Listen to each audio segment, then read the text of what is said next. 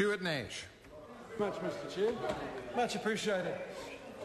Mr Chair, I've lived in Auckland for a long time, but I tell you what, Mr Chair, I stood in Epsom against Rodney Hyde in 2005, and we all knew what Rodney Hyde was about, Mr Chair. We all knew Rodney's philosophy, his political philosophy, where he came from. This was always about privatisation, but Mr Chair, this was not a hidden secret agenda. All you had to do was read the ACT Party manifesto. It came from Sir Roger Douglas, who came from the 1980s, who was all about privatisation. If the people of Auckland are surprised that suddenly Auckland's about to be privatised through a whole series of COOs, then I say to them, goodness me, why didn't they read the ACT manifesto? We knew what it was about. I knew what this was about. Goodness me. Mr Chair, I've just been to a function at the Italian Embassy, and what a fine function it was. And this was a place where democracy existed 2,000 years ago. They knew about the principles of democracy. They knew about the principles of not this bloke over here who quotes 1960s music in the House.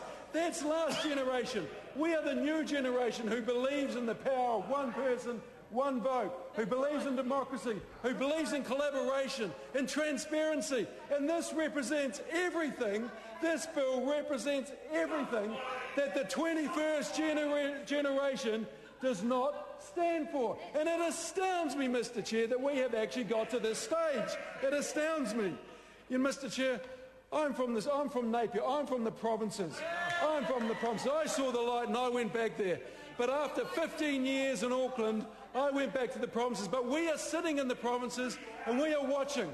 We are watching what happens with this bill, because I tell you what, we are damn scared that this is going to set a precedent for what happens all over New Zealand. And we can see what's happening, and we can see the process or the lack of process, and there are worries. People are worried all up and down the country. Rodney Hyde said it won't go further than Auckland. Well, John Key said, I'm not going to raise GST. We can't believe anything that's said anymore, and we are worried because the lack of democracy that this bill promotes is astounding. It's a hark back to earlier days, and it's an area where we do not want to go, Mr Chair. Of that, there's no doubt about that. I thought we'd moved away from these times, and this is what I'm talking about when it comes to CCOs, council-controlled organisations. The people of New Zealand are grouped around communities. You lose that sense of communities, and what happens is you get a whole population that's disenfranchised, that feel as if they haven't got a part to play in the governance of their local community, of their area, of their borough and their city. And this is what is happening with the passage of this bill. It is not what the people of New Zealand demanded. It's not what they require. And without a question of a doubt, it's a backward step for Auckland. And I have grave, grave concerns about this. And you can't tell me that 35 years is not privatisation. That's a Rip Van Winkle moment. And you know why Rip Van Winkle slept for 35 years? Because it was a lifetime. Times change. Things change in 35 years. People lose the power, they become disenfranchised, and they lose sight of the democratic process. And it's what New Zealand was founded upon. We're a young country, Mr Chair. We value the principle and the philosophies of democracy. That is our pioneering spirit. It's what we believe in. It's what we stand up for. And it's certainly what the Labour Party is all about. Point of order. Honourable Rodney Hyde. Thank you, Mr Chairman. Look, it must have been a wonderfully convivial time at the Italian Embassy. Order. If the member has a point of order, he should raise the point of order and not cast aspersions on anybody. I wasn't, sir. I was just making the point that the member is talking about the wrong bill. This is the Local Government Auckland Law Reform Bill. The issue of the 35 years is actually the Local Government Amendment Act that's currently at the Select Committee. He's got the wrong bill he's talking about. Chair, this is order.